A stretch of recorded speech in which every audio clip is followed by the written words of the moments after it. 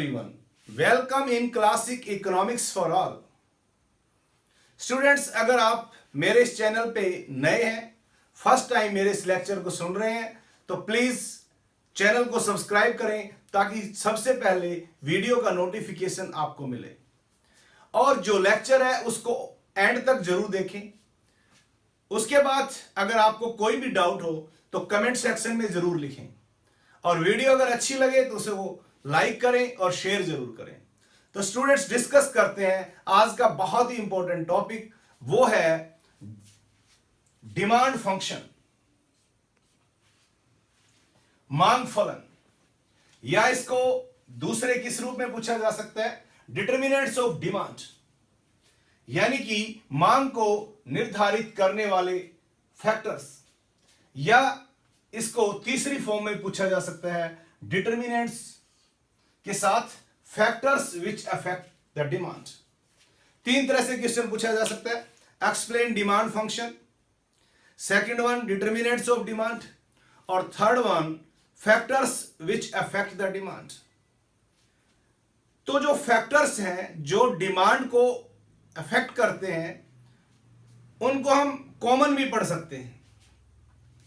जैसे किसी भी चीज की जो डिमांड है उस पे जो इफेक्ट पड़ता है वो कौन कौन से फैक्टर का पड़ता है, यानी कि मांग अगर प्रभावित होती है, कम या ज्यादा होती है, तो उसको कौन कौन से वो फैक्टर हैं जो उस पे इफेक्ट डाल रहे हैं, उनको कहते हैं डिटर्मिनेंट्स ऑफ डिमांड।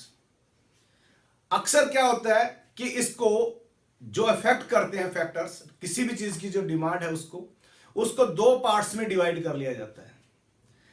कई बार स्पेसिफिक क्वेश्चन उसी तरह से पूछा जा सकता है, इंडिविजुअल फैक्टर और मार्केट फैक्टर।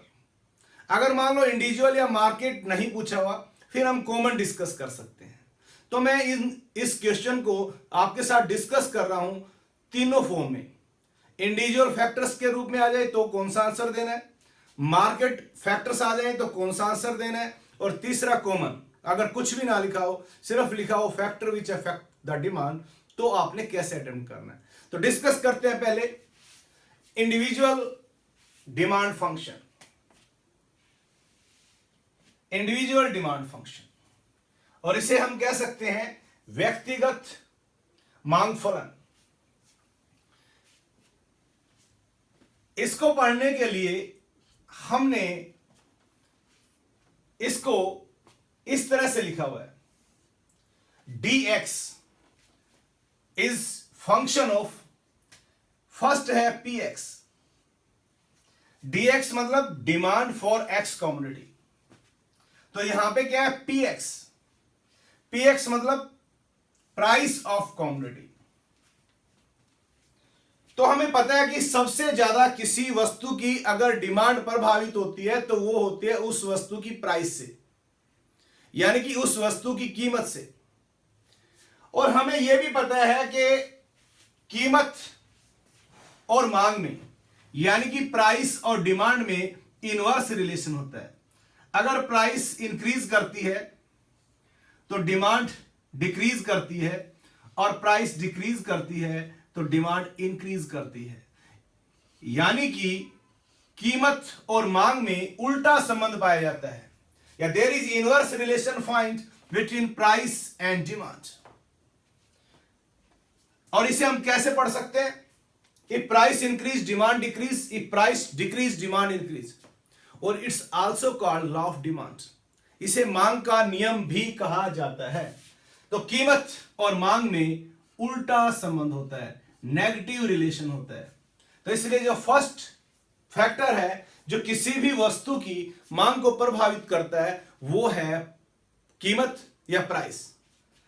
तो फर्स्ट फैक्टर डिस्कस किया हमने, वो है प्राइस ऑफ एक्स, यानी कि एक्स वस्तु की कीमत, यानी कि प्राइस ऑफ द कमोडिटी। तो आपको फर्स्ट पॉइंट समझ आ गया होगा इसका। दूसरा जो पॉइंट है वो है PR।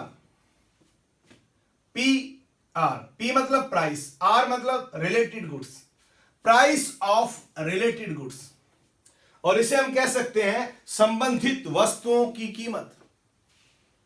पहला जो पॉइंट था वो था वस्तु की कीमत, प्राइस ऑफ द कमोडिटी, यह है प्राइस ऑफ रिलेटेड गुड्स, यानी कि संबंधित वस्तुओं की कीमत। संबंधित वस्तुएं दो तरह की होती हैं, यानी कि related goods are two types. One is substitute goods, स्थानापन्न वस्तुएं। सेकंड इज कंप्लीमेंट्री गुड्स, पूरक वस्तुएं। यानी कि related goods are two types, substitute goods और कंप्लीमेंट्री गुड्स, स्थानापन्न वस्तुएं और पूरक वस्तुएं। तो सबसे पहले डिस्कस करते हैं हम सब्स्टिट्यूट गुड्स को। सब्स्टिट्यूट गुड्स, यहां से इसका मीनिंग भी हम डिस्कस कर सकते हैं। What do you mean by substitute goods? Substitute goods are those goods which can be use at place of each other, यानी कि स्थानापन्न वस्तुएं वो वस्तुएं होती हैं जो एक दूसरे की जगह पे प्रयोग की जा सकती हैं, जैसे T and coffee. T and coffee, अगर देखो इनमें से किसी एक की जो प्राइस अफेक्ट होती है, हमें मानना पड़ेगा किसी एक की प्राइस को अज्यूम करना पड़ेगा। मान लो कॉफी के प्राइस फॉल करते हैं, कॉफी के प्राइस फॉल किए, कॉफी की कीमत घट गई, तो टी की डिमांड घट जाएगी, क्योंकि कॉफी सस्ती होगी, इसलिए टी की जगह पे अब कॉफी को सब्स्टिट्यूट किया जाएगा। और अगर कॉफी के रेट बढ़ जाते हैं तो टी की डिमांड बढ़ जाएगी। तो यहां पे इस तरह का जो रिलेशन होता है, यानी कि सेम डायरेक्शन में रिलेशन होता है, तो सब्स्टिट्यूट गुड्स की जो प्राइस है वो भी किसी वस्तु की मांग को प्रभावित करती है। सब्स्टिट्यूट गुड्स की बहुत सारी एग्जांपल होती हैं, जैसे हमारे पास यहां हमने टी एंड कॉफी की एग्जांपल ली, इसी तरह से हम कोका कोला और पेप्सी की एग्जांपल ले सकते हैं, इसी तरह से हम कोलगेट और पेप्सोडेंट की एग्जांपल ले सकते हैं, इसी तरह से बहुत सारे ब्रांड्स हमारे पास, बहुत सारी कॉमोडिटीज हैं, तो वो इस पॉइंट में डिस्कस की जा सकती हैं। तो सबसे पहले जो हमने डिस्कस किया इस पॉइंट में वो क्या, सब्स्टिट्यूट गुड्स। तो एक बार फिर बता दूं आपको, substitute goods are those goods which can be use at place of each other. दूसरा इसका जो पार्ट है वो है complementary goods. Complementary goods means पूरक वस्तुएं।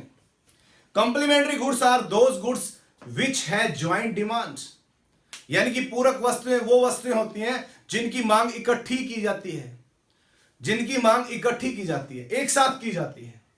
जैसे एग्जांपल मैंने यहां ली है कार एंड पेट्रोल। अगर हम कार खरीदते हैं तो पेट्रोल भी खरीदना पड़ेगा हमें। इसी तरह से एग्जांपल होती है पेन और इंक।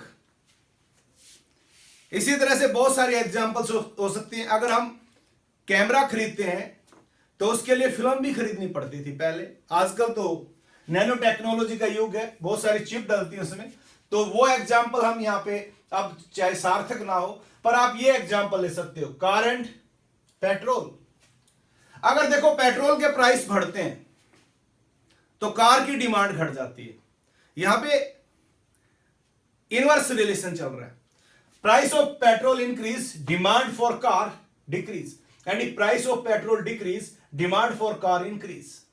अगर पेट्रोल सस्ता हो जाए, अगर पेट्रोल के प्राइस 20 रुपए लीटर हो जाए तो कार की मांग बढ़ जाएगी, कारें बिकने लगेंगी। अगर पेट्रोल के प्राइस जो है वो 150 रुपीज पर लीटर हो जाए तो कारों की डिमांड कम होने लगेगी। इस तरह से किसी वस्तु की जो प्राइस है, अगर वो वस्तु या सब्स्टिट्यूट है या कंप्लीमेंट्री है, तो उससे दूसरी वस्तु की जो डिमांड है वो अफेक्ट होती है। तो इसी तरह से एक पॉइंट आता है प्राइस ऑफ रिलेटेड गुड्स। तो किसी भी वस्तु की जो मांग है वो उसकी संबंधित वस्तुओं से प्रभावित होती है, अपनी खुद की कीमत से तो प्रभावित होती है, वो हमने पहले पॉइंट में डिस्कस किया। दूसरे में हमने किया प्राइस ऑफ रिलेटेड गुड्स। और related goods are two types, substitute goods and complementary goods, और इसकी डिटेल मैंने आपको बता दी। तीसरे पॉइंट पे आते हैं। तीसरा पॉइंट है यहां पे Y. Y means income of the consumer. किसी भी वस्तु की जो मांग है वो उपभोक्ता की आमदन से भी प्रभावित होती है। आमदन और कीमत, आमदन और मांग में आमतौर पे सीधा संबंध पाया जाता है, पॉजिटिव रिलेशन होता है। इनकम बढ़ती है, डिमांड भी बढ़ती है, इनकम घटती है, डिमांड भी घटती है। यानी कि if income increase demand increase, income decrease demand decrease. But in case of normal goods, यहां बात कर रही है नॉर्मल गुड्स की, सुपीरियर गुड्स की। सुपीरियर गुड्स में डिमांड, इनकम बढ़ने पर डिमांड भी बढ़ती है और इनकम घटने पे डिमांड भी घटती है। यानी कि इनकम इफेक्ट पॉजिटिव पाया जाता है, पॉजिटिव इनकम इफेक्ट।